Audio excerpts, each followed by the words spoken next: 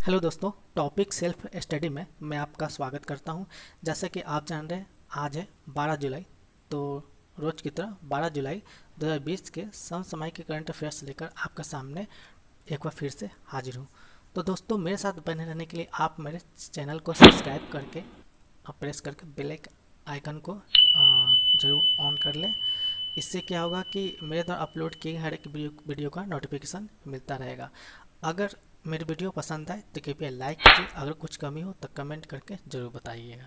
तो चलिए चलते हैं पहले प्रश्न की ओर। पहला है, भारत में बाघों पर किस वर्ष पर किए गए सर्वे का गिनीज वर्ल्ड रिकॉर्ड में दर्ज हो गया है। ठीक है, बाघों पर एक सर्वे किया था।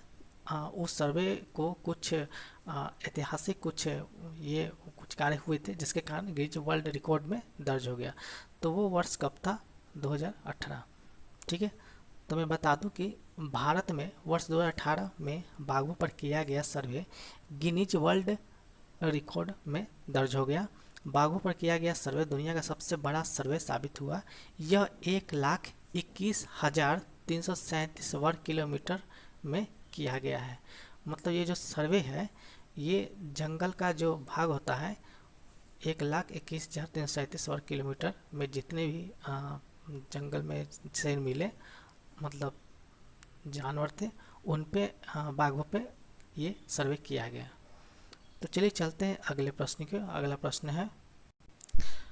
है, किस देश ने हाल ही में दुनिया के सबसे बेहतरीन स्टेल्थ फाइटर जेट्स को बनाने की घोषणा की है? तो ये देश जो है जापान ने ये घोषणा की है। तो मैं बता दूं कि जापान ने हाल ही में दुनिया के सबसे बेहतरीन स्टेल्थ फाइटर जेट्स को बनाने की घोषणा की है, जो कि 2 इंजन वाले होंगे और अगले कुछ साल में तैयार हो जाएंगे। साथ ही साथ मैं आपको ये बता दूं कि अमेरिका और जापान के बीच F-35 फाइटर जेट्स की भी डील हुई है। चलते हैं अगले प्रश्न की ओर। प्रश्न है, भारत के किस राज्य सरकार ने स्थानीय कला, शिल्प एवं हस्तकरघा क्षेत्र को बढ़ावा देने हेतु Flipkart e commerce company Flipkart के साथ समझौता किया है? तो ये राज्य सरकार, ये कर्नाटक राज्य सरकार ने ऐसा किया है अपने राज्यवासियों के लिए। तो मैं बता दूं कि कर्नाटक सरकार ने हाल ही में राज्य में स्थानीय कला, शिल्प और हस्तकरघा क्षेत्रों को बढ़ावा देने के उद्देश्य से फ्लिपकार्ट के साथ समझौता किया है, जिसके तहत दोनों समाज के स्थानीय कला, शिल्प और हस्तकरघा क्षेत्र को बढ़ावा देने के रास्ते बनाने पर ध्यान केंद्रित करेंगे। तो चलिए चलते हैं अगले प्रश्न की ओर। प्रश्न है, प्रधानमंत्री गरीब कल्याण योजना को केंद्रीय मंत्रिमंडल ने कितने महीने बढ़ाने हेतु मंजूरी दे दी है? तो ये होगा 5 महीने बढ़ाने हेतु मंजूरी दे दी है। तो मैं बता दूं कि केंद्रीय मंत्रिमंडल ने प्रधानमंत्री गरीब कल्याण अन्न योजना को 5 महीने बढ़ाने के लिए मंजूरी दे दी है। अब यह योजना जुलाई से नवंबर 2020 तक लागू रहेगी। याद रखिएगा, जुलाई से नवंबर 2020 तक लागू रहेंगी। इस योजना के माध्यम से 5 महीनों में 81 करोड़ लोगों के बीच 203 लाख टन अनाज वितरित किया जाएगा। इसका यही उद्देश्य है। तो चलते हैं अगले प्रश्न की ओर। अगला प्रश्न है, हाल ही में किस राज्य के कैबिनेट में स्टार्टअप नीति की शुरुआत नीति को मंजूरी दे दी है? तो ये है सरकार, उत्तर प्रदेश की सरकार है, आदित्यनाथ योगी सरकार। जो आदित्यनाथ योगी जो है यूपी के मुख्यमंत्री हैं। तो मैं बता दूं कि इसके तहत इस राज्य की स्टार्टअप नीति 2020 को मंजूरी दे दी गई है, जिससे नए व्यवसाय विचारों का पोषण किया जा सके। और साथ ही साथ कैबिनेट के इस फैसले से भारत के शीर्ष 3 स्टार्टअप अनुकूल राज्यों से बराबरी करने के अपने लक्ष्य को यह पूरा कर सकेगा। तो चलते हैं अगले प्रश्न की ओर। अगला प्रश्न है, वीडियो कॉन्फ्रेंसिंग के माध्यम से भारत और यूरोपीय संघ का 15वां शिखर सम्मेलन की घोषणा कब होगी? तो ये होगी आपकी 15 जुलाई 2020 को ये घोषणा हो गई। तो मैं बता दूं कि वीडियो कॉन्फ्रेंस के माध्यम से आयोजित किए जाने की ये घोषणा की गई है। इस वर्ष शुरू में आयोजित किए जाने वाले इस सम्मेलन को कोरोना वायरस की वजह से स्थगित कर दिया गया था। तो अब नया डेट 15 जुलाई को ये डेट रखा गया है। अब देखते हैं आगे बढ़ते कोरोना के मामलों के कारण क्या होता है, ये डेट आगे भी बढ़ सकती है। चलते हैं अगले प्रश्न की ओर। प्रश्न है, किस राज्य सरकार ने सभी यूनिवर्सिटी की आगामी परीक्षाएं कोरोना के बढ़ते केसेस के कारण मामलों की वजह से रद्द कर दी गई है? तो ये दिल्ली सरकार ने सभी यूनिवर्सिटी के आने वाले एग्ज़ाम को रद्द कर दिया है।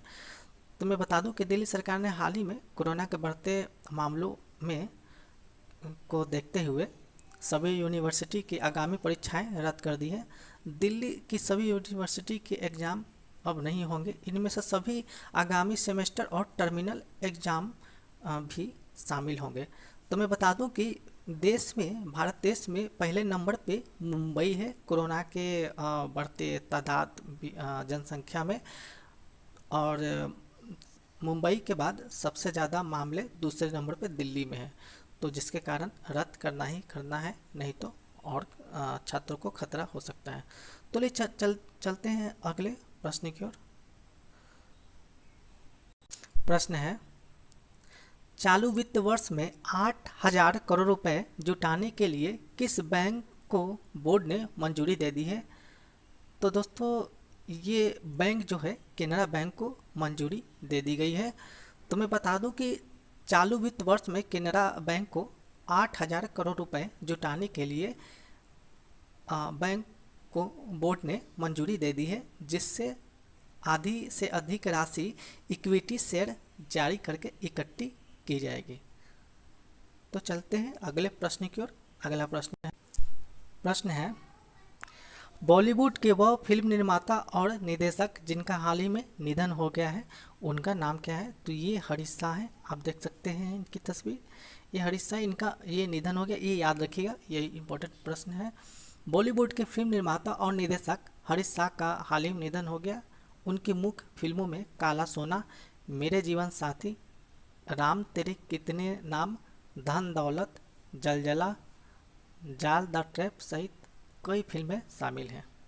तो चलिए चलते हैं अगले प्रश्न की ओर। अगला प्रश्न है हमारा अंतिम प्रश्न है, भारतीय बायोटेक द्वारा विकसित वह पहले कोविड-19 वैक्सीन जिनका मानव परीक्षण जल्द करने की घोषणा की गई है, तो उसका नाम क्या है? ये याद रखिएगा कि भारतीय बायोटेक द्वारा, मतलब सीधे भाषा में, वह भारतीय वैक्सीन जिसका मानव परीक्षण में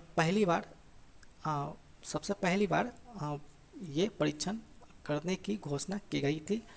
तो ये वैक्सीन होगा कोवैक्सीन। तो मैं बता दूं कि कोवैक्सीन भारतीय आयुर्विज्ञान अनुसंधान परिषद ICMR और भारत बायोटेक द्वारा विकसित की गई भारत की पहली कोविड-19 वैक्सीन कोवैक्सीन का मानव परीक्षण जल्द करने की घोषणा की गई है। भारत बायोटेक पहली कंपनी है जिसे सरकार की ओर से वैक्सीन के फेज 1 और फेज 2 को रेगुलेट करने की मंजूरी मिली थी। तो इसी के साथ टॉपिक सेल्फ स्टडी के ये सीरीज समाप्त हुआ। तो दोस्तों मेरे साथ बने रहने के लिए आपका बहुत बहुत धन्यवाद। जितना ज़्यादा हो सके अपने WhatsApp group, Facebook group, Instagram और ट्विटर पे शेयर करते रहिएगा। धन्यवाद।